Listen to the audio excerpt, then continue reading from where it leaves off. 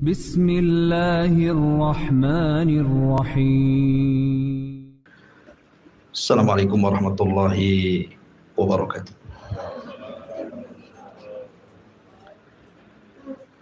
Alhamdulillah wassalatu wassalamu ala Rasulillah wa ala alihi wa sahbihi wa mawalah wa la hawla wa la quwwata illa billahi wa ba'du.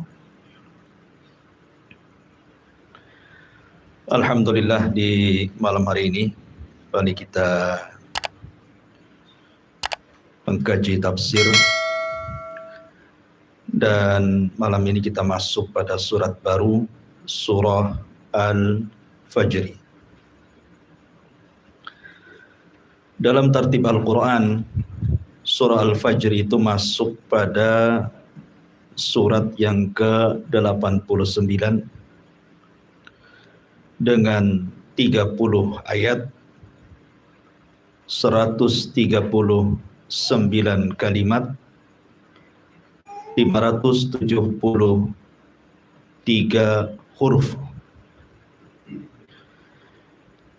dan dia termasuk dari surah Makkiyah, artinya surat yang turun sebelum hijrah Nabi Sallallahu Alaihi Wasallam. Karena surah Al-Fajr ini cukup panjang, maka malam ini kita akan membahas 5 ayat pertama dalam surah Al-Fajr. A'udzubillahi minasyaitonirrajim. Bismillahirrahmanirrahim. Wal fajri wa layalin 'ashr. Wasyaf'i wal watr. Wal laili idza yasr. Hal fi dzalika qasamul lidhi hijr. Wal fajri, demi waktu fajar. Walayalin 'ashri, demi malam yang 10. Wasyaf'i wal watri, demi yang genap dan yang ganjil. Wal laili idza yasri, demi malam apabila berlalu. Hal fi dzalika qasamul lidhi hijr. Apakah pada yang demikian itu terdapat sumpah yang dapat dicerna orang-orang yang berakal. Ma'asyiral muslimin yang dimuliakan Allah Subhanahu wa taala.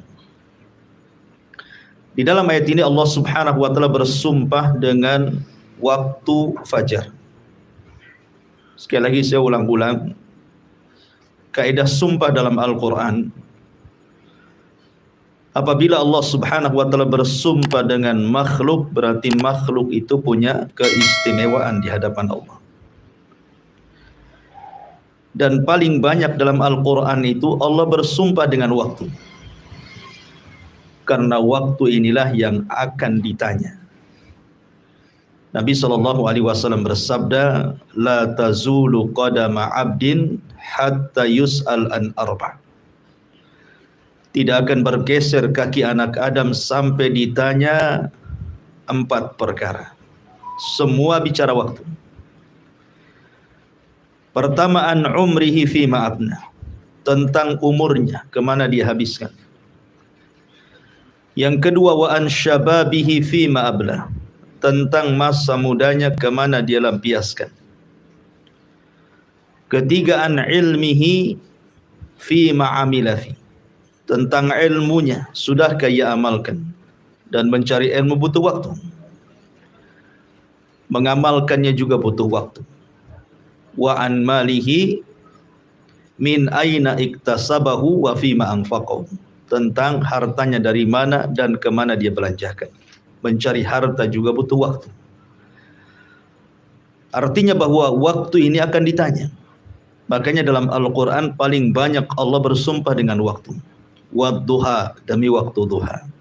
Wal asri, demi waktu asar. Di sini wal fajri, demi waktu fajar.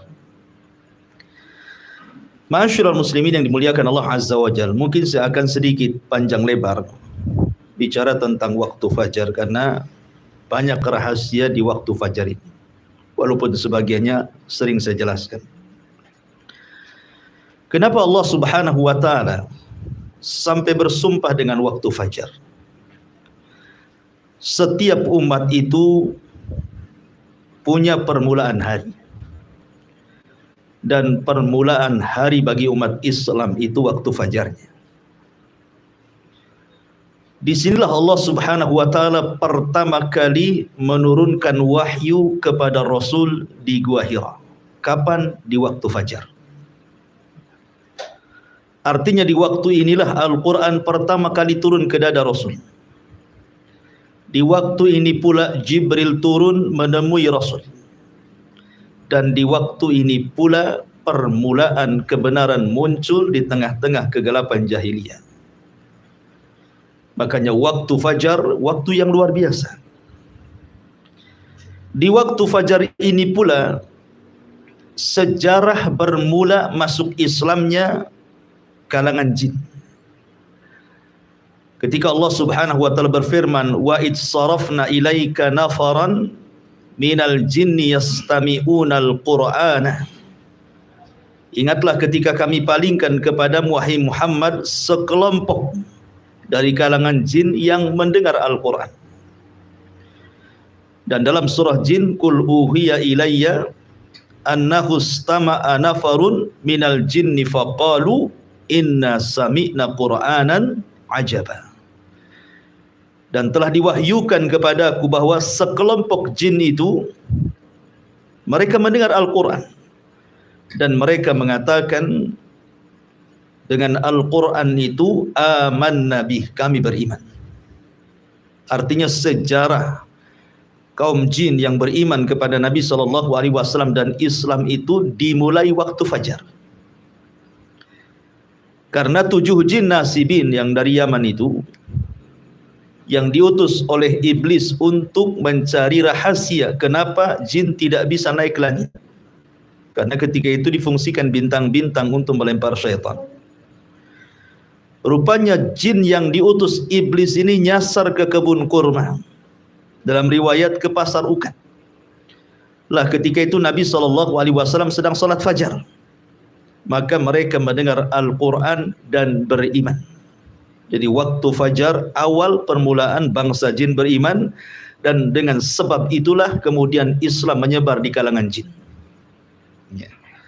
Ma'asyiral muslimin yang dimuliakan Allah Subhanahu wa ta'ala. Dan waktu fajar juga Allah Subhanahu wa ta'ala di sini bersumpah dengan kata-kata wal fajri, demi waktu fajar. Waktu fajar adalah satu di antara sekian tanda kebesaran Allah. Yang Allah Subhanahu wa ta'ala firmankan, Qul ara'aitum in ja'alallahu alaikumul laila sarmadan ila yaumil qiyamah. Bagaimana pendapat kalian kalau seandainya Allah Subhanahu wa ta'ala jadikan malam itu sepanjang masa sampai kiamat, tidak terbit-terbit fajar? Allah katakan, ailahun ma'allah, apakah di sana ada Tuhan selain daripada Allah Subhanahu wa ta'ala yang bisa mendatangkan cahaya? Kan tidak ada kecuali Allah. Jadi waktu terbitnya fajar itu artinya permulaan waktu siang. Dan itu tanda kuasa Allah Subhanahu wa ta'ala yang bisa merubah malam menjadi siang. Ini kuasa Allah Subhanahu wa ta'ala. Kemudian juga waktu fajar ini juga adalah permulaan ibadah manusia. Di mana bagi orang-orang yang berpuasa, setat dia puasa ketika terbit fajar. Sudah tidak boleh makan, tidak boleh minum. Menahan hal-hal yang dilarang bagi orang yang berpuasa. Kemudian juga setat awal salat fajar, yang banyak keistimewaan, nanti saya akan jelaskan. Ma'asyiral muslimin yang dimuliakan Allah Subhanahu wa ta'ala, tentu yang dimaksud fajar di sini, karena fajar kan ada dua ya. Ada fajar kadzib, ada fajar shadiq. Fajar kadzib itu maksudnya fajar dusta. Cahayanya masih ada di langit, belum sampai ke bumi. Tapi kalau fajar shadiq, cahayanya sudah sampai di bumi, menerangi atap-atap, jalan-jalan, gang dan yang sebagainya. Itulah yang kita maksud fajar yang kedua, fajar shadiq. Ya. atau lebih dikenal dengan waktu subuh. Ya. Kita tahu bahwa waktu subuh itu adalah waktul harakah, waktu bergeraknya manusia. Makanya ketika Allah Subhanahu wa taala menyebut kalimat walaili id adbar, kemudian was-subhi idza asfar. Ya. Perhatikan kalimat id di sini. Walaili id adbar. Kalimat id dan waktu malam ketika adbar berlalu. Id menggunakan sukun. Tapi ketika Allah Subhanahu wa taala menyebut kalimat subuh, was-subhi idza, menggunakan harakat di sini, fathah. Idza asfar, ketika mulai terang. Kenapa Allah Subhanahu wa taala mensukun kalimat id ketika bicara malam dan membuat harakat idza ketika bicara siang, bicara subuh, permulaan siang? Karena memang malam itu adalah tempat sukun. Apa sih arti sukun itu? Sukun itu artinya tenang. Malam itu tempat tenang. Tempat tidak boleh orang bergerak. Karena malam itu banyak bahaya yang mengancam. Makanya kita disuruh beristirahat di rumah. Makanya Allah Subhanahu wa taala mengatakan min syarri ghasiqin idza waqab. Kita disuruh berlindung dari malam apabila sudah mulai gelap. Karena kejahatan di malam hari itu banyak sekali. Makanya kita disuruh untuk diam di rumah, supaya jangan terkena dengan kejahatan itu. Karena malam itu tempat sukun. Sukun itu artinya tempat tenang, istirahat. Gitu ya. Tetapi ketika Allah bicara tentang subuh, tidak menggunakan sukun, tetapi menggunakan harakat. Idza asfar. Dan harakat itu artinya bergerak. Ya. Karena permulaan bergeraknya manusia itu di waktu subuh. Begitulah Allah Subhanahu wa taala jadikan siang untuk bergerak dan Allah jadikan malam untuk sukun tenang. Allah katakan wa ja'alna an-nahara ma'asha wa ja'alna al-laila libasa wa ja'alna an-nahara ma'asha. Dan kami jadikan malam itu untuk pakaian selimut bagi kalian. Sebagaimana Allah jadikan siang itu untuk mencari maisha. Makanya Allah juga membuat suasana dibedakan. Kalau suasana malam itu cenderung dingin, ya kan, cenderung dingin karena tidak ada matahari, sehingga cocok untuk istirahat. Ya. Tapi kalau siang Allah buat matahari sehingga panas, sehingga cocok untuk bergerak. Dan permulaan pergerakan manusia itu di waktu subuh. Makanya para ulama mengatakan selambat-lambatnya seorang muslim bangun itu di azan pertama. Karena azan subuh 2 kali.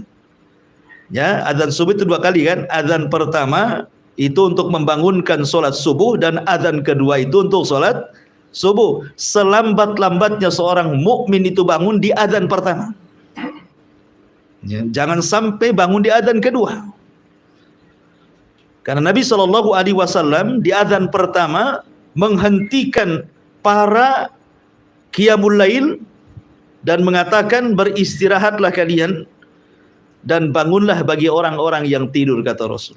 Jadi Rasul memerintahkan orang yang qiyamul lail stop di azan pertama, disuruh istirahat karena lelah dia sudah beribadah. Tetapi bagi orang-orang yang tertidur disuruh bangun. Ya, makanya azan pertama itu sudah bangun seorang mukmin untuk persiapan sholat subuh, itu maksudnya. Ma'asyiral muslimin yang dimuliakan Allah Azza wa Jalla, dalam hadis Bukhari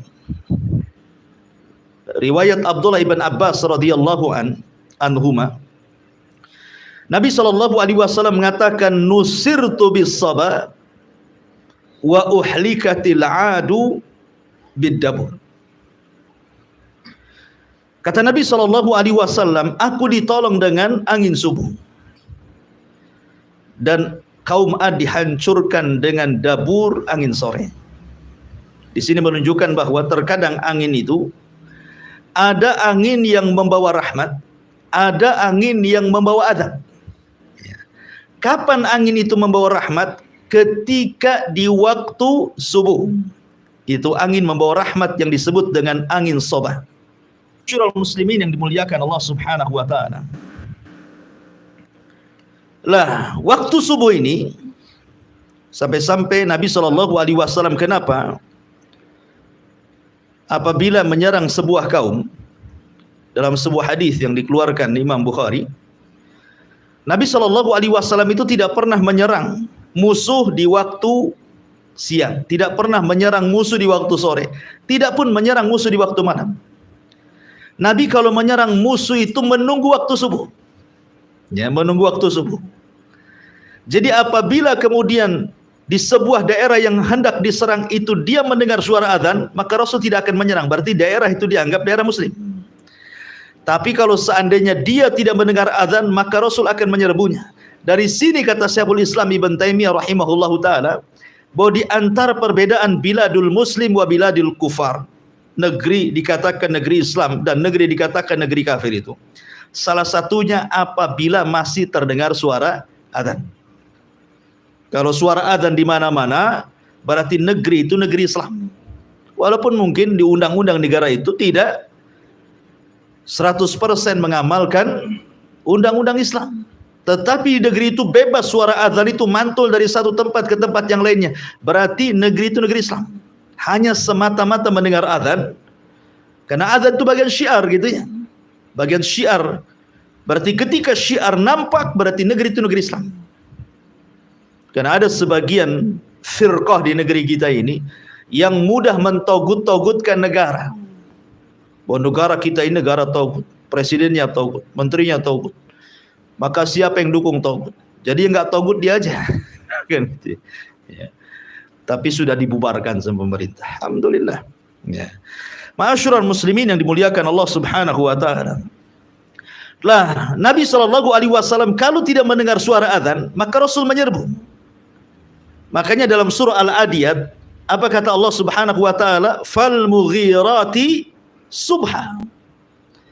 Ketika Nabi SAW dihabar khuakkan oleh orang-orang munafik, ketika mengirim pasukan Ali dan beberapa orang, kemudian ada kabar bahwa pasukan itu mati, kudanya dirampas dan yang lain sebagainya, Allah turunkan surah Al-Adiyat. Salah satu lafadznya dalam surah Al-Adiyat itu fal mughirati subha, bahwa Ali dan pasukannya itu sedang menyerbu musuh di waktu subuh.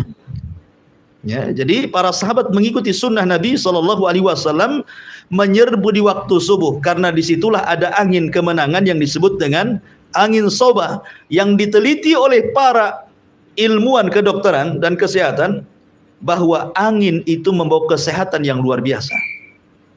Ya, angin itu membawa kesehatan yang luar biasa apabila seseorang terkena angin di pagi hari. Makanya sering saya nasihatkan kalau habis subuh buka jendela, buka pintu biar angin itu masuk. Ya, itu angin membawa rahmat dan juga kesembuhan penyakit. Ma'asyiral muslimin yang dimuliakan Allah Azza wa Jalla. Aisyah radhiyallahu anha pernah mengatakan, laqad kana an-nabiy sallallahu alaihi wasallam yusalli al-fajr fatashhadu ma'ahu nisa'un minal mu'minati mutalaffi'atin bimurutihin thumma yarji'na ila buyutihin ma ya'rifuhunna ahadun minal ghalas. Kata Aisyah radhiyallahu anha, Nabi SAW pernah mengerjakan salat subuh dan hadir wanita-wanita mukminah bersama beliau berselimutkan kain-kain murut, lalu mereka kembali ke rumah-rumah mereka, tidak ada seorang pun yang mengenali mereka karena gelap.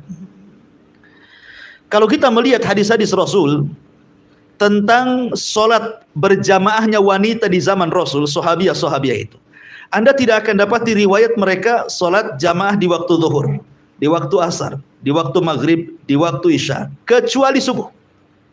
Ya, coba cek riwayat.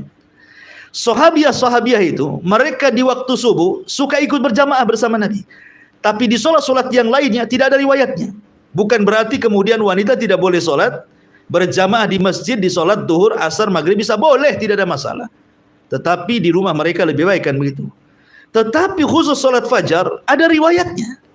Wanita-wanita itu keluar rumah untuk solat fajar. Kenapa? Sekali lagi, karena mencari berkah waktu pagi, karena Nabi SAW bersabda, Allahumma barik li ummati fi bukuriha. Ya Allah, berkahi umatku di waktu paginya. Ya Allah, berkahi umatku di waktu paginya. Makanya mereka keluar mencari berkah sepanjang perjalanan dari rumah itu ke masjid.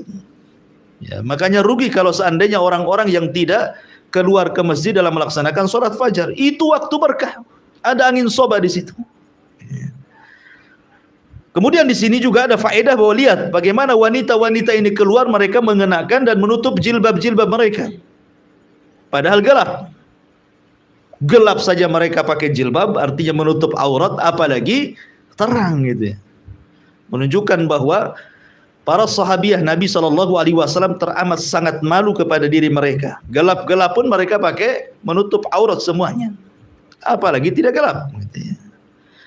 Ya, sekarang terbalik gitu. Gelap makin dibuka, terang pula ditutup. Ya. Ma'asyiral muslimin yang dimuliakan Allah Azza wa Jalla. Ini secara umum keutamaan waktu fajar. Ya. Kemudian juga waktu fajar ini kalau kita melihat sejarah, Fir'aun itu dihancurkan di waktu fajar.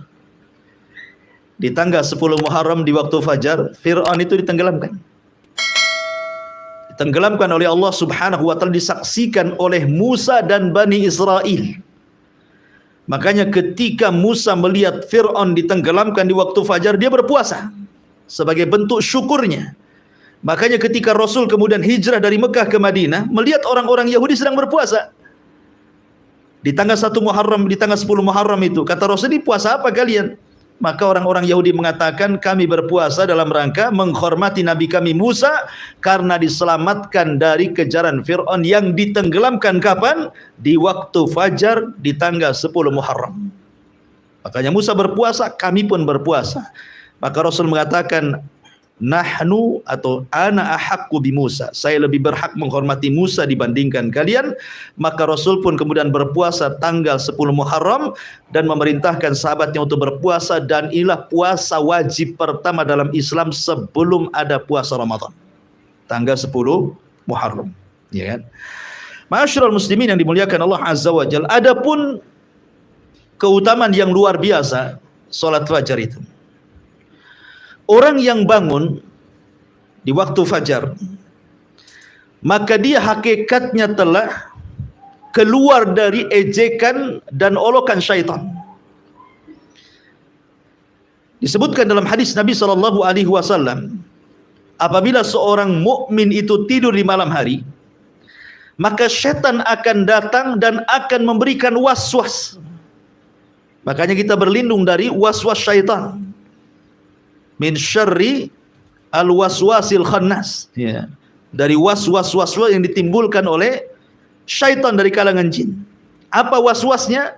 Maka syaitan akan datang kepada orang yang tidur itu, kemudian mengencingi telinganya. Setiap dia kencingi telinganya, maka dia akan berikan waswas dan mengatakan, "Lailun tawilun farkud," kata syaitan itu. Malam masih panjang, tidur saja. Padahal sudah fajar tuh, masih aja malam masih panjang, tidur saja. Setiap dikencingi ngomong begitu waswasnya tuh. Lah para ulama sudah saya katakan bahwa apa makna setan mengencingi orang itu?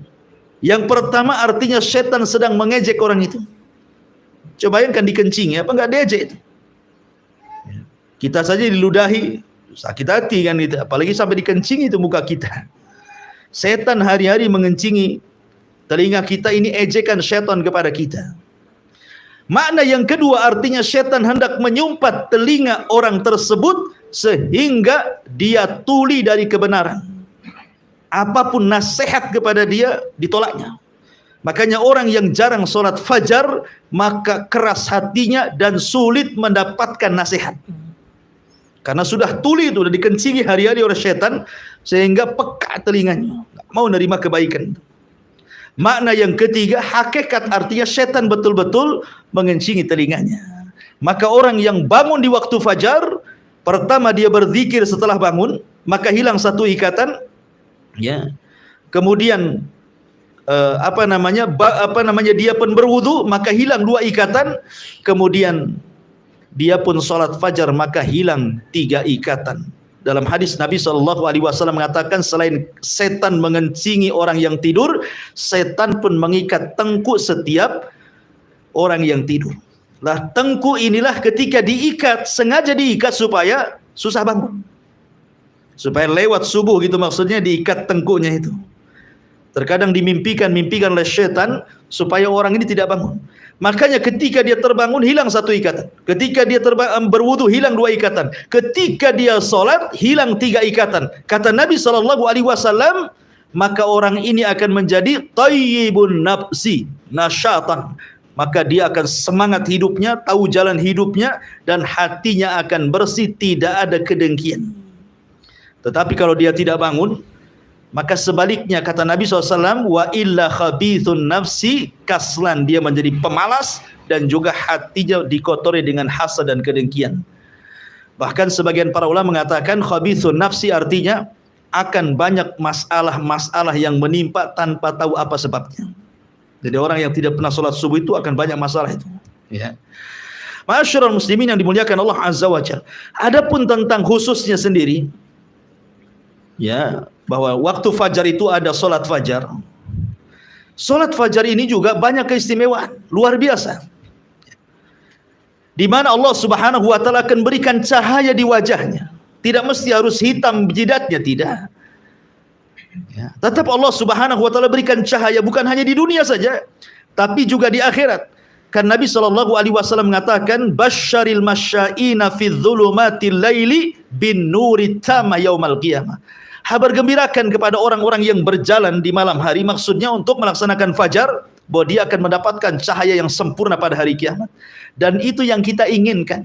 Karena ketika orang itu meniti titian siratal mustaqim, yang paling dihajatkan itu cahaya. Ya, itulah yang paling dihajatkan ketika meniti siratal mustaqim. Orang yang sholat fajar, dia akan diberikan cahaya sempurna, sehingga dia bisa menyeberangi titian dengan sempurna. Kemudian juga tidak ada pahala yang dilipat gandakan dalam sholat kecuali sholat fajar dan asar.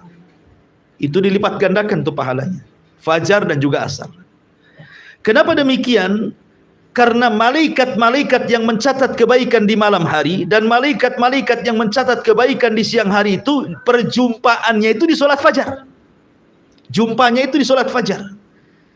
Jadi sholat malaikat malam naik, malaikat siang turun. Lah itu jumpanya ketika manusia sedang sholat fajar. Makanya Nabi SAW mengatakan ketika Allah Subhanahu wa taala bertanya kepada para malaikat yang mencatat kebaikan di malam dan siang itu, ma taraktum ibadi, sedang apa kau tinggalkan hamba-hambaku? Maka kemudian malaikat-malaikat siang dan malam mengatakan, atainahum wahum yusallun wa taraknahum wahum yusallun. Kami datang mereka sedang sholat, kami tinggalkan mereka sedang sholat. Artinya sholat fajar dicatat oleh malaikat malam plus dicatat oleh malaikat siang, didobelkan pahalanya. Apalagi kemudian di antara sebab orang itu mudah masuk surga adalah orang yang menjaga sholat fajar. Kata Rasulullah SAW, man hafadha ala baradaini dakhalal jannah. Siapa yang menjaga 2 sholat maka dijamin masuk surga. Maksudnya kata para ulama, baradaini di sini sholatul fajri wa sholatul asri. Sholat fajar dan sholat asar. Ya, jadi sholat fajar salah satunya adalah penjamin orang masuk surga.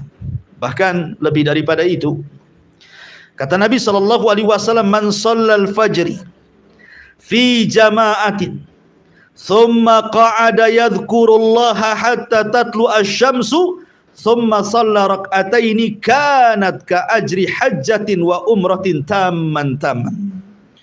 Barang siapa yang sholat fajar berjamaah, tentu di masjid, kemudian dia setelah itu duduk mengingat Allah Subhanahu wa taala sampai terbit matahari, kemudian dia sholat 2 rakaat syuruk, apa pahalanya? Seperti haji dan umrah secara sempurna. Dan itu tidak didapati dalam sholat-sholat yang lainnya. Mendapatkan ibadah haji dan umrah loh, tanpa harus pergi ke Mekah sana, itu kan luar biasa. Hanya duduk setelah sholat fajar sampai terbit matahari, itu pahalanya sudah luar biasa. Bahkan lebih daripada itu, orang yang sholat fajar maka dia akan mendapatkan perlindungan sampai waktu sore hari. Fi dhimmatillah. Kata Nabi SAW, man shalla subha fahuwa fi dhimmatillah. Barang siapa yang sholat subuh, bahkan satu hari itu dia mendapatkan jaminan perlindungan Allah. Artinya kalau dia sholat subuh, betul-betul sholat subuh, berarti tidak perlu takut dalam siang itu. Tidak perlu takut dari orang yang hasad apabila hasad. Tidak perlu orang takut apabila orang sedang menyihir apabila dia menyihir. Tidak perlu orang takut apabila orang sedang dengki, sedang menzalimi, dan begitu seterusnya. Karena orang ini mendapatkan naungan dan perlindungan Allah. Kalau dia betul-betul melaksanakan sholat subuh. Ini jaminan loh dari Nabi SAW, man shalla subha fahuwa fi dhimmatillah. Barang siapa yang sholat subuh berarti satu hari itu dia dalam lindungan Allah Subhanahu wa ta'ala. Bahkan kata para ulama, min fadli salatil fajri fi waqtiha annaha tajlibur rizqal wasi'. Bahwa orang yang sholat subuh pada waktunya, maka hakikatnya dia sedang membentangkan rizkinya yang luas. Makanya Nabi SAW tadi sudah saya singgung, doanya adalah Allahumma barik li ummati fi bukuriha. Ya Allah, berkahi umatku di waktu paginya. Makanya lihat para sahabat Nabi SAW ketika mereka meninggalkan sholat subuh pada waktunya, walaupun satu kali seumur hidupnya, itu menjadi penyesalan sampai wafatnya. Itu sahabat Nabi itu. Jadi dia tidak sholat subuh pada waktunya satu kali seumur hidupnya, tapi menjadi penyesalan sampai wafatnya. Anas bin Malik radhiyallahu anhu yang pernah saya ceritakan, ketika menyerbu satu daerah di bawah kekuasaan Persia, namanya Tustar, kota terbesar juga di bawah kekuasaan Persia. Di zaman Umar bin Khattab radhiyallahu anhu, Umar mengutus para sahabat untuk menaklukkan Tustar. Subhanallah. Orang-orang Persia sama dengan orang Yahudi suka membuat benteng. Sehingga untuk menghancurkan benteng itu sulit banget, ya. Sehingga para sahabat kewalahan sampai sebulan, 2 bulan, 1 tahun, 1 tahun lebih, sampai 1 tahun setengah loh, untuk merobohkan benteng itu tidak bisa. Karena musuh itu selalu memanah menombak dari atas, sehingga tidak bisa mendekati benteng. Sampai 1 tahun setengah loh. Bayangkan pengepungan yang cukup lama itu bisa membuat kekalahan loh. Karena namanya orang ngepung itu perlu biaya, perlu makan, perlu istirahat, dan begitu seterusnya kan gitu. Tapi Allah Subhanahu wa ta'ala takdirkan benteng itu roboh di waktu fajar. Subhanallah. Benteng itu roboh di waktu fajar. Karena waktu fajar itu waktu lengahnya manusia, lagi ngantuk-ngantuknya kan itu. Robohlah benteng itu. Masuklah tentara kaum muslimin, kemudian mampu menaklukkan Tustar dalam waktu sesingkat-singkatnya. Mulai terbit fajar sampai terbit matahari, kalah Tustar itu. Padahal ngepungnya 1,5 tahun tuh. Gitu ya. Naklukannya hitungan jam. Setelah kemudian para sahabat menaklukkan Tustar dan matahari sudah terbit, baru kemudian mereka sholat subuh. Setelah matahari meninggi. Artinya mereka sholat subuh di luar waktu. Dan ini pernah dilakukan Rasul ketika perang Ahzab. Kan Rasul harus menjaga parit. Sebab kalau tidak dijaga, musuh itu akan meloncat dengan kuda-kuda mereka. Sehingga Rasul tidak bisa meninggalkan untuk melaksanakan sholat. Meleng aja sedikit, kuda masuk. Makanya Rasul harus terus fokus gitu ya. Sampai akhirnya di waktu maghrib. Rasul dan sahabat belum sholat asar. Ketika datang waktu maghrib, baru Rasul dan sahabat sholat asar. Artinya Rasul pun pernah melaksanakan sholat di luar waktu karena peperangan kan itu. Anas bin Malik radhiyallahu an apabila disebutkan perang Tustar selalu menangis. Kenapa? Sampai ditanya, bukankah perang Tustar Allah menangkan? Kenapa engkau menangis, wahai Anas? Kata Anas bin Malik radhiyallahu an, aku tidak menyesali perang Tustar. Itu kemenangan dan kebahagiaan dan nikmat Allah yang Allah anugerahkan kepada kita kaum muslimin. Tapi aku menangis apabila disebutkan perang Tustar, karena ketika itu aku tidak sholat subuh pada waktunya, melainkan setelah terbit matahari. Dan itu menjadi penyesalan Anas ibn Malik sampai wafatnya. 1 kali loh ya.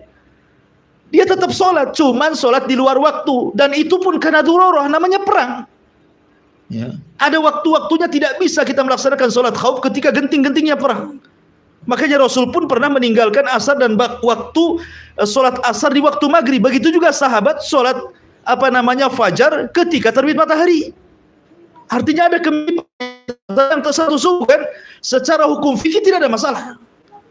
Anas bin Malik radhiyallahu anhu dan bagi para sahabat yang lain bahwa sholat tepat waktu itu, apalagi sholat fajar, itu sesuatu yang berharga bagi mereka. Jangankan sholat wajibnya, sholat sunnahnya saja lebih baik dibandingkan dunia dan isinya, kan itu. Rakaatai al-fajri khairun minad dunya wa ma fiha. Sholat rakaat fajar saja lebih baik dibandingkan dunia dan isinya. Yang namanya dunia dan isinya kan macam-macam.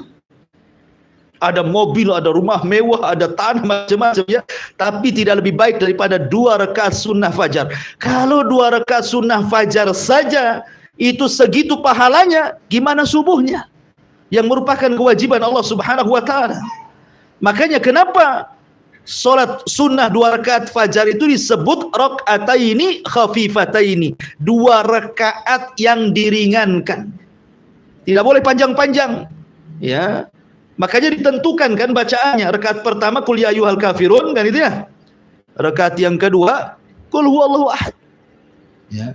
Dipendekkan, kenapa? Karena yang dipentingkan bukan 2 rakaat salatnya tapi subuhnya. Ya. Nanti kalau kelamaan 2 rakaat fajarnya, nanti lemas ketika subuhnya. Tidak mungkin orang mendahulukan yang sunnah dibandingkan yang wajib, kan begitu ya. Makanya dibuat ringanlah solat itu supaya subuh bisa dipanjangkan. Makanya sependek-pendeknya Rasul solat subuh itu paling pendek membaca 100 ayat dalam Al-Quran. Di antara sekian solat yang disunahkan dipanjangkan itu solat subuh. Sholat subuh itu dipanjangkan dibandingkan sholat-sholat yang lainnya. Karena paling pendek Rasul membaca 100 ayat di sholat subuh itu. Menunjukkan panjang dibandingkan sholat yang lainnya. Ma'asyiral muslimin yang dimuliakan Allah Azza wa Jalla. Apalagi yang lebih hebat dibandingkan itu. Orang yang menjaga sholat fajar, ikhwan, itu akan mendapatkan kenikmatan yang paling besar dari semua nikmat yang ada di dunia dan semua nikmat yang ada di surga. Dia akan mendapatkan kenikmatan yang lebih besar dibandingkan semua nikmat yang ada di bumi. Bahkan semua nikmat yang ada di sorga. Apa itu? Ru'yatullah, memandang wajah Allah. Ketika Nabi SAW berkumpul bersama para sahabatnya, kemudian melihat bulan purnama. Apa kata Rasulullah? Kata Nabi SAW, innakum satarawna rabbakum kama tarawna hadzal qamar la tudamuna fi ru'yatihi fa istata'tum alla taghlibu ala salati qabla tulu'i syamsi wa qabla ghurubiha faf'alu, kata Rasulullah. Kalian akan melihat Rabb kalian sambil melihat bulan, kata Rasul. Kalian akan melihat Rabb kalian seperti kalian melihat bulan itu. Tidak berdesak-desakan. Ya kan? Kalau lihat bulan kan enggak berdesak-desakan kan? Karena tinggal nengok aja ke atas nampak bulan kan itu. Rasul ingin menyamakan cara melihat, bukan Allah seperti bulan, bukan, cara melihat. Ya. Kemudian kata Nabi SAW, kalau kalian ingin, ya, alla taglibu ala salati qabla tulu'il fajri wa qabla ghurubihi faf'alu. Kalau kalian ingin melihat Allah Azza wa Jalla, ya, maka jangan pernah terkalahkan untuk melaksanakan salat sebelum terbit matahari, maksudnya subuh, dan sebelum terbenam matahari waktu, artinya salat asar. Bahwa orang yang menjaga 2 salat ini sebab terbesar kita mendapatkan kenikmatan yang jauh lebih nikmat dibandingkan surga itu sendiri, apalagi nikmat dunia berupa ru'yatullah azza wa jalla, melihat dan memandang wajah Allah Subhanahu wa taala. Ma'asyiral muslimin yang dimuliakan Allah Subhanahu wa taala. Kemudian juga waktu fajar ini salah satunya adalah salatul fajri taqi min adzabillahi wa ghadabi wa iqabi. Bahwa salat fajar itu bisa menghindarkan dari azab Allah, kemarahannya, bahkan iqabnya. Dan salatul fajar min asbabin najati minan nar. Salat fajar itu diantara penyebab seseorang terhindar dari neraka. Tentu ada beberapa perkara yang membantu kita untuk bangun di waktu fajar. Secara global ada 5. Yang pertama, jangan lupa baca doa sebelum tidur. Karena itu hal yang bisa membangunkan kita di akhir malam. Kemudian yang kedua, jangan bermaksiat sebelum tidur. Karena maksiat itu yang membuat orang tidak bisa bangun di waktu subuh. Kemudian yang ketiga, berusaha untuk membayangkan keistimewaan sholat fajar. Yang sudah saya jelaskan. Kalau bangun di sholat fajar itu waktu yang sangat istimewa. Orang kalau sudah tahu keutamaannya pasti ingin mengejarnya. Maka rasakan keutamaan sholat fajar supaya mudah bangun. Kemudian yang keempat, al-hirsu ala nafsi sifatil munafiqin ala nafsi. Berusaha kalau saya tidak bangun subuh berarti ada sifat munafik dalam dada saya. Saya tidak hendak jadi munafik. Maka dia akan berusaha untuk bangun.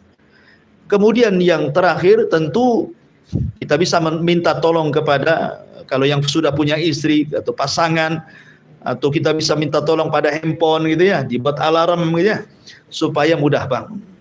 Makanya di sini karena sedemikian rupa pahala ibadah di waktu fajar ini, dan waktu fajar sendiri adalah waktu yang sangat istimewa, makanya Allah Subhanahu wa taala bersumpah wal fajri, demi waktu fajar. Ini yang pertama. Kemudian Allah mengatakan walayalin ashri. Layalin ashri. Ada 4 penafsiran. Layalin ashri, malam yang 10 itu apa saja? Yang pertama, malam yang 10 itu artinya menurut saya Imam Ibnu Utsaimin rahimahullahu taala, dan ini yang dikuatkan pendapatnya oleh beliau, maksudnya malam 10 di sini artinya 10 malam akhir Ramadan. Tanggal 20 Ramadan sampai selesai disebut Ashrul Awakhir, malam-malam akhir Ramadan. 10 awal Ramadan. Kenapa Allah Subhanahu wa taala jadikan sumpah? Karena di 10 malam akhir Ramadan terdapat malam terbaik dalam setahun yang disebut dengan Lailatul Qadar. Makanya dijadikan sumpah walayalin ashri. Ini satu pendapat. Pendapat yang kedua, maksudnya layalin ashri di sini artinya 10 awal bulan Dzulhijjah. Diitlakkan malam mencakup siang. Ya, jadi kalimat malam tidak mesti harus malam, bisa juga disebut siang, karena dalam bahasa Arab ini terkadang kalimat yang sama, contoh namanya baina likulli adzanaini salatun. Baina kulli adzanaini salatun. Di antara dua adzan itu ada salat. Maksudnya adzan yang pertama adzan yang kita ma'ruf, adzan yang kedua maksudnya qomat gitu ya. Jadi apabila disebut malam itu juga mencakup siang. Makanya ketika para ulama membahas ada enggak qobliyah Jumat? Ada enggak hukum qobliyah Jumat? Ya. Menjadi khilaf para ulama. Ada yang mengatakan ada qobliyah Jumat. Berdalil dengan setiap 2 azan itu ada sholat di situ. Maksudnya azan dan qomat. Mereka berdalil dengan dalil ini. Tetapi bukan qobliyah yang dimaksud para ulama. Jadi yang membolehkan qobliyah Jumat itu bukan artinya sholat rawatib, bukan. Bukan sholat rawatib kayak ba'diyah qobliyah, bukan. Maksudnya hadis di antara 2 azan itu sholat, maksudnya sholat nafilah, sholat sunnah, gitu maksudnya ya. Jadi antum boleh sholat di antara 2 azan, ya. Kalau mamanya untuk menghindari fitnah kan gitu. Kita di mana? Kadang-kadang kalau kita duduk terfitnah pula kan. Jadi kita melaksanakan sholat sebelum Jumat itu bukan rawatib, ingat ya, bukan rawatib, tetapi sholat sunnah. Dalilnya ini di antara 2 azan itu ada sholat maksudnya ya. Dan azan pertama, azan itu ya azan yang kedua itu maksudnya qomat. Ya, ini bagi yang berpendapat bolehnya sholat sebelum Jumat, tetapi bukan rawatib niatnya. Ini yang kita katakan, kalau mereka mengatakan qobliyah, kita katakan tidak ada qobliyah sebelum Jumat. Tidak ada. Ya, tidak ada hadisnya. Adapun hadis ini bukan bicara qobliyah, bicara tentang sholat nafilah, sholat sunnah. Karena keumuman hadis di antara 2 azan itu ada sholat di situ. Ya, kalaupun kita sholat sebelum Jumat, bukan qobliyah, sekali lagi bukan qobliyah ya, tapi itu nafilah, mengambil keumuman hadis ini, maksudnya begitu. Ataupun sholat mutlak, nah, mulai datang ke masjid antum sholat 2 rakaat salam tanpa dibatasi. Itu yang disunahkan di sholat Jumat gitu ya. Balik bahwa Malam itu juga terkadang diitlakkan adanya siang. Makanya para ulama ada yang mentafsirkan bahwa 10 malam di sini artinya 10 awal bulan Dzulhijjah. Dan itulah siang terbaik dalam setahun. Kalau malam terbaik dalam setahun 10 akhir Ramadan, kalau siang terbaik dalam setahun 10 awal bulan Dzulhijjah. Karena di situ tergabung banyak amalan. Ada kurban, gitu ya. Ada haji di situ. Ya, kemudian amalan yang beramal di 10 awal bulan Dzulhijjah itu sebanding dengan orang yang mati syahid dalam hadisnya kan. Makanya itu adalah siang-siang terbaik dalam sejarah 10 awal bulan Dzulhijjah. Itu penafsiran yang kedua. Penafsiran yang ketiga, layalin ashri itu artinya 10 akhir dari puasanya Nabi Musa. Nabi Musa alaihi salatu wassalam awalnya dia berpuasa berapa hari? 30 hari. Salasina lailan. Jadi ingat, syariat dulu dengan syariat sekarang beda ya. Kalau Musa itu puasa malam. Kalau syariat Nabi Musa itu puasa di malam hari. Tapi kalau syariatnya kita puasa di siang hari. Dan puasa di siang hari jauh lebih afdal dibandingkan puasa di malam hari. Jadi malam itu untuk mereka, siang untuk kita. Nabi Musa alaihi salatu wassalam puasa di malam hari sampai 30 hari. Ketika di hari 30, karena dia akan berdialog dengan Allah Azza wa Jal, maka dia mengambil siwak untuk menyiwak giginya karena takut bau, membatalkan puasanya. Tapi Allah Subhanahu wa taala kemudian datang dan mengatakan kepada Musa, jangan kau batalkan puasamu. Jangan kau batalkan puasamu karena bau mulutnya orang yang berpuasa jauh lebih wangi di sisi Allah dibandingkan minyak kasturi. Maka Allah katakan tambah 10 hari lagi. Makanya Allah mengatakan wa atmamnaha bi ashrin wa tamma miqatu rabbih arba'ina lailan. Maka Musa pun menyempurnakan 10 hari lagi sehingga sempurnalah dari 30 menjadi 40 malam. Disitulah turun Taurat. Jadi 10 malam di sini artinya 10 malam akhir daripada puasanya Nabi Musa. Ya. Akhir daripada puasanya Nabi Musa. Ini penafsiran yang ketiga. Penafsiran yang terakhir adalah yang dimaksud layalin ashri di sini adalah 10 awal bulan Muharram. 10 awal bulan Muharram itu masuk pada penafsiran walayalin ashri. Walaupun sekali lagi pendapat Syekh Utsaimin rahimahullah taala cenderung kepada lail di sini artinya 10 akhir bulan Ramadan. Ini ayat yang kedua. Wal fajri walayalin ashri. Kemudian Allah mengatakan wasyaf'i wal watr. Wasyaf'i wal watr, demi yang genap dan yang ganjil. Apa maksudnya demi yang genap dan yang ganjil ini? Ada yang mengatakan maksudnya yang ganjil itu Allah. Allah kan ahad satu. Adapun yang genap itu adalah makhluknya. Karena ketika Allah Subhanahu wa taala menciptakan makhluk pasti berpasang-pasangan. Ya kan? Ada langit, ada bumi, ada lautan, ada daratan, ada jin, ada manusia, ada perempuan, ada laki-laki. Nah, pasti berpasang-pasangan itu, ya. Makanya Allah Subhanahu wa taala berfirman kan ketika min kulli syai'in khalaqna zawjayn dalam surah Az-Zariyat ayat 49. Min kulli syai' wa min kulli syai'in, dan dari segala sesuatu yang Allah ciptakan itu khalaqna zawjaini, pasti kami akan ciptakan berpasang-pasangan.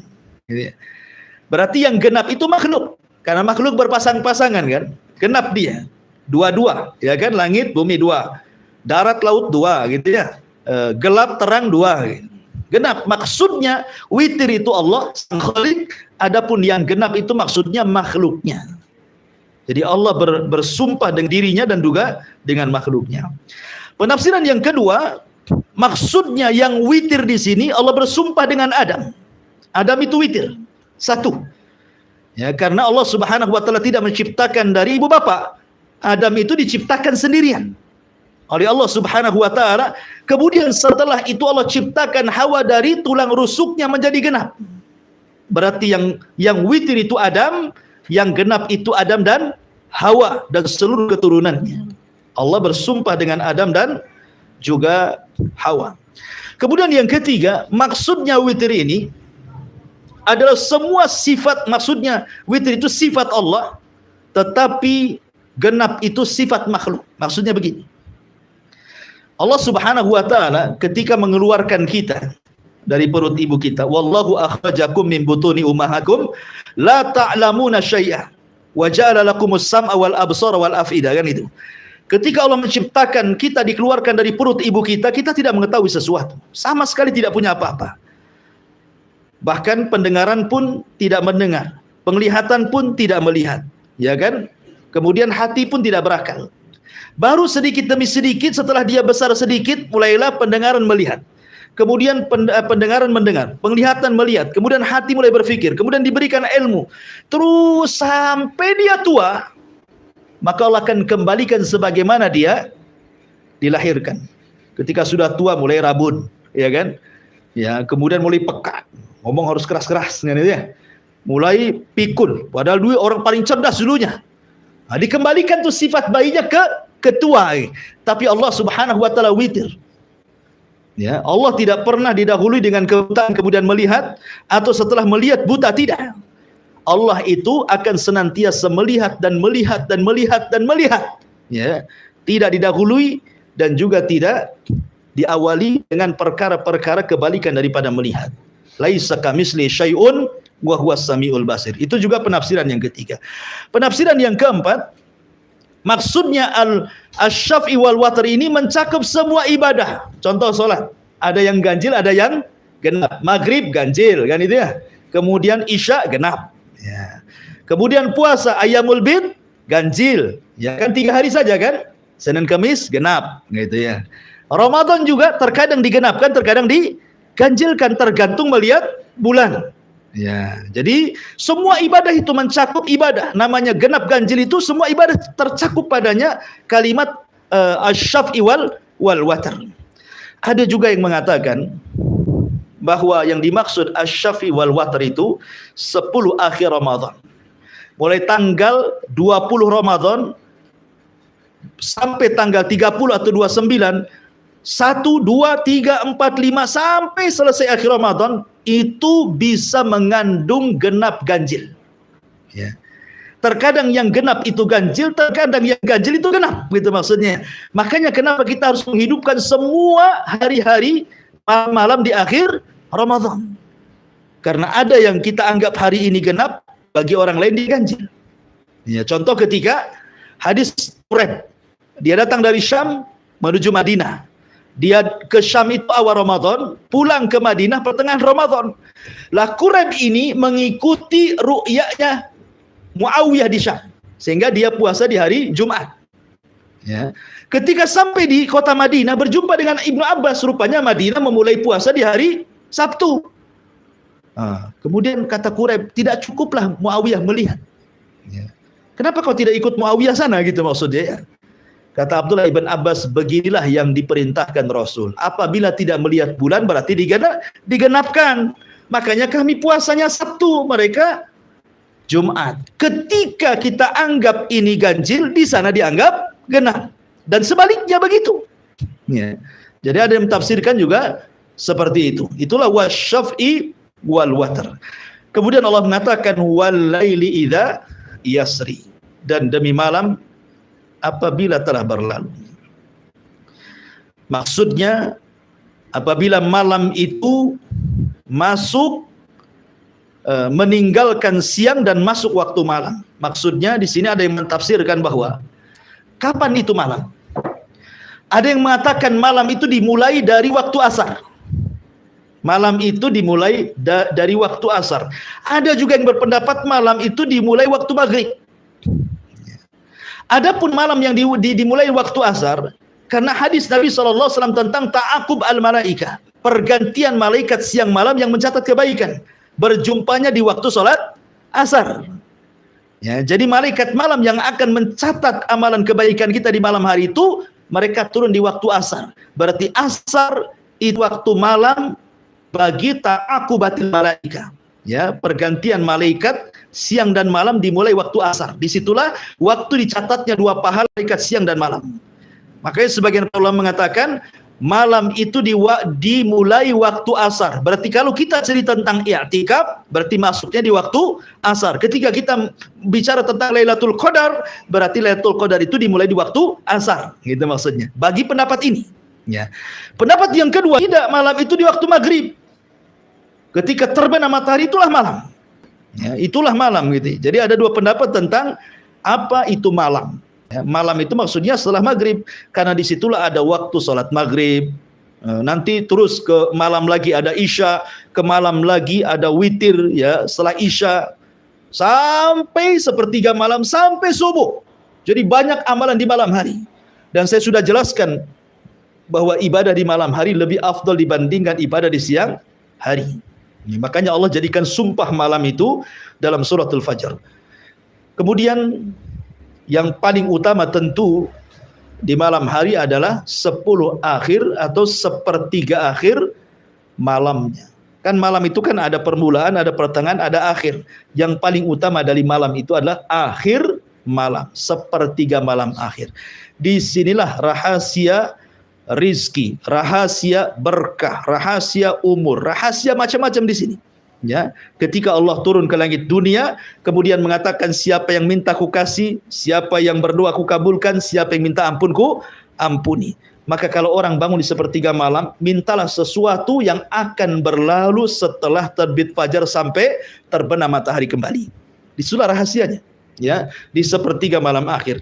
Dan yang terakhir Allah mengatakan di sini, hal fi dzalika qasamul lidzi hijr.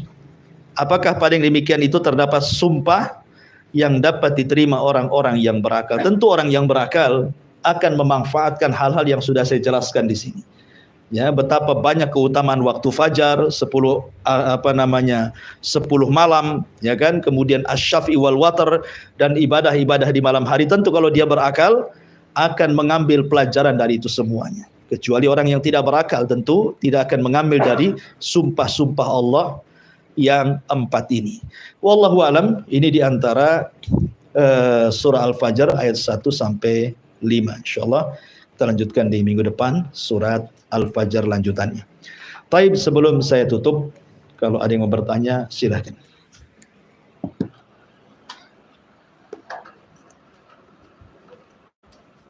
Taib.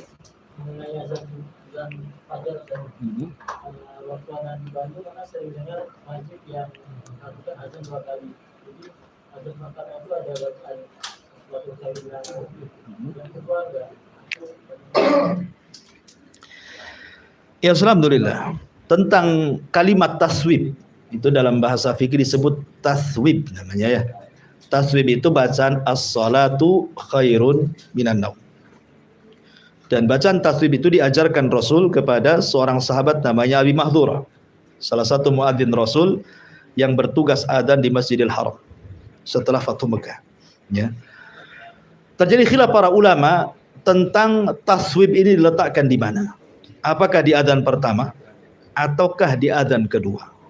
Sekali lagi ini khilaf panjang sebenarnya. Tidak mungkin saya bentangkan ya karena juga perlu pembahasan. Memang ada sebagian para ulama mengatakan taswib itu di adzan pertama. Di adzan pertama maksudnya sebelum adzan subuh. Ya. Tapi ada juga yang mengatakan bahwa riwayatnya tidak kuat sehingga taswib itu dikembalikan kepada adzan subuh. Maksudnya ya ma'ruf adzan subuh as-salatu khairu minan naum.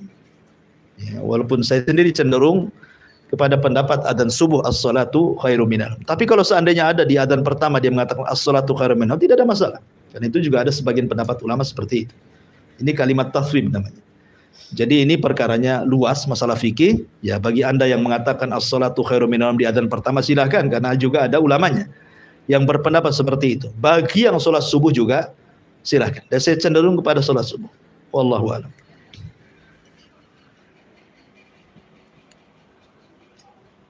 Kira-kira jaraknya berapa lama?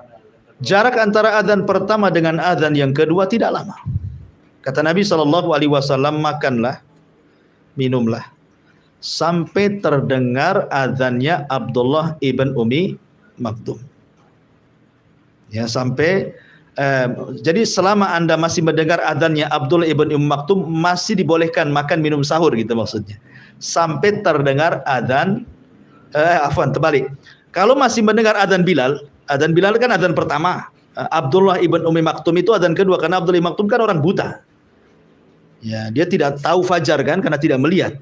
Kecuali kalau Bilal menyuruh dia adzan baru adzan. Makanya Abdullah ibn Maktum itulah dia adzan subuh kalau Bilal adzan pertama. Kata Rasul, selama engkau masih mendengar adzan Bilal, boleh makan, boleh minum. Ya, sampai kau mendengar adzannya Abdullah ibn Maktum, maka tahan, karena itu sudah adzan subuh. Dan dalam hadis Zaid, ketika Nabi SAW ditanya soal jarak antara sahur dia dengan azan subuh berapa? Seperti membaca 50 ayat Al-Quran.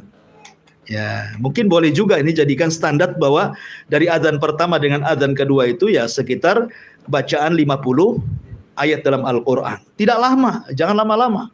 Jam subuh, jam 3 azan pertama ya tidur lagi. Itu kan gunanya untuk membangunkan sholat subuh. Jadi mendekati waktu subuh. Ya, kalau jam 3 itu ya untuk sholat malam namanya. Nanti 3 kali pula azan. Gitu. Tetapi ini namanya sunnah mahjurah, ya, sunnah yang banyak ditinggalkan. Bahkan hampir-hampir kaum muslimin tidak kenal adzan pertama sebelum subuh.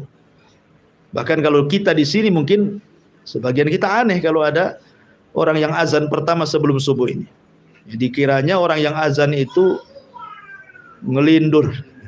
Bangun tidur ngelindur langsung ambil mic. Kan itu ya. Padahal yang ngelindur itu, yang ngomong ngelindur itu, yang tidak paham bahwa itu diantara sunnah Nabi SAW. Taib ini di YouTube ada pertanyaan dari Habibi Sidoarjo. Masya Allah, orang Sidoarjo nonton. Assalamualaikum Ustaz, saya ingin bertanya bagaimana dengan waktu hujan. Ustaz, apakah bisa mengundang bala atau rahmat Ustaz? Dan apakah ada ciri-cirinya Ustaz? Ya bismillah, alhamdulillah. Hujan itu adalah rahmat, tetapi bisa menjadi bala. Sebagaimana ada seorang Arab Badui datang kepada Rasul sedang khutbah Jumat. Bayangkan Rasul sedang khutbah Jumat, namanya Badui. Tiba-tiba kemudian orang ini langsung ngomong, ya Rasulullah, ya desa kami hancur, paceklik, kepanjangan, tanah belah dan begitu seterusnya. Hewan kami kelaparan, kami pun kelaparan. Berdoalah kepada Allah untuk dihujani. Maka Nabi SAW langsung berdoa. Tiba-tiba turun hujan 1 minggu. Banjir gak karu-karuan. Tadi minta hujan jadi banjir hujannya. Karena gak berhenti-berhenti hujannya. Jadi banjir. Bukannya bawa rahmat, bawa bala jadinya. Minggu depannya dia datang kepada Nabi SAW. Dan mendoakan, ya Rasulullah hujan kegedean, kata, banjir desa kami itu, tolonglah hentikan, berdoalah kepada Allah. Maka Rasul berdoa kepada Allah dan mengatakan Allahumma Allahumma hawalaina wala alaina, Allahumma alal akam wal ajdail, akhir hadis lah pokoknya, lupa lafadznya. Ya Allah, pindahkan hujan itu, bahasanya, pindahkan ke bukit-bukit, pindahkan ke gunung-gunung, ke tempat-tempat yang banyak pohonnya. Ya. Jadi ada doanya untuk memindahkan bala supaya hujan itu tidak menjadi azab dan menjadi rahmat. Ada doanya. Seperti Nabi SAW berdoa seperti itu. Allahumma hawalaina wala alaina. Ya Allah, jangan sampai hujan ini menjadikan azab kepada kami, jadikan rahmat kepada. Ya Allah, pindahkan hujan ini ke bukit-bukit, ke gunung-gunung gitu ya. Jadi ada. Ya tidak semua, banyak kita lihat, kita saksikan saja kalau di Jakarta itu di YouTube atau di TV itu kan sampai banjir masuk ke rumah sampai 1 pusar. Ya, masih untung kalau tingkat rumahnya. Kalau nggak tingkat, yang ngungsi lah dia. Ya, terkadang bisa menjadi bala, terkadang juga menjadi rahmat. Ya, rahmat dari Allah Subhanahu wa taala. Tapi hujan itu walaupun dicela, ya tetap saja hujan. Dia makhluk Allah Azza wa Jalla. Nggak peduli dengan celaan kita. Ya. Maka jangan pernah mencela hujan. Tetapi berdoalah kepada Allah agar hujan ini dipindahkan ke tempat lain. Jangan dicela. Ya, karena dia makhluk Allah. Allah yang memerintahkan, seperti matahari. Kan ada orang yang mencela matahari. Ketika tidak ada hujan, matahari masih dicela saja. Oh, panas katanya. Kapan hujan? Sekali hujan, kapan panas? Matahari dicela, tetap saja dia begitu. Karena matahari itu terbit ke atas dasar perintah Allah. Ya. Maka kita tidak boleh mencela hujan, mencela matahari, mencela itu semua sama dengan mencela yang menciptakannya Allah Subhanahu wa taala. Wallahu a'lam. Iya. tadi bilang kalau angin fajar itu angin sehat, angin sore angin tidak sehat. Dan jadi kalau angin sore itu kalau dalam ilmu fisika itu musim tenggara dan musim selatan. Kalau memang setiap angin sore itu tidak sehat. Tidak, maksudnya ada angin-angin yang membawa azab sekali-kali, ada yang membawa rahmat. Angin soba itu kan angin yang bertolak dari arah timur ke barat, ya kan? Angin pagi itu angin yang bertolak dari timur ke barat, itu disebut soba, angin soba namanya. Itu memang ada nasnya. Ya, Nabi SAW memanfaatkan angin ini untuk peperangan dan selalu dimenangkan dalam perangnya. Ya. Dan memang secara ilmu kesehatan memang pagi segar, sehat. Orang olahraga pagi memang segar. Makanya para sahabat di zaman Rasul memang mereka sambil jalan di rumah, pulang lagi sambil olahraga. Ya. Dan tidak diceritakan asar atau maghrib mereka keluar kan itu. Tapi apakah setiap angin sore itu adab? Tidak. Ya, tidak semua angin itu azab rahmat, tidak. Ya, tetapi kalau nasnya di angin pagi memang jelas. Ya, tapi kalau di angin sore ini kan Rasul menceritakan kaum Ad. Kaum Ad itu dihancurkan dengan angin dabur, angin sore ya. Apakah setiap angin sore itu penyakit? Tidak juga kan gitu ya. Kadang-kadang bawa rahmat, kadang-kadang bawa azab. Ya, tergantung kehendak Allah Subhanahu wa taala. Wallahu a'lam.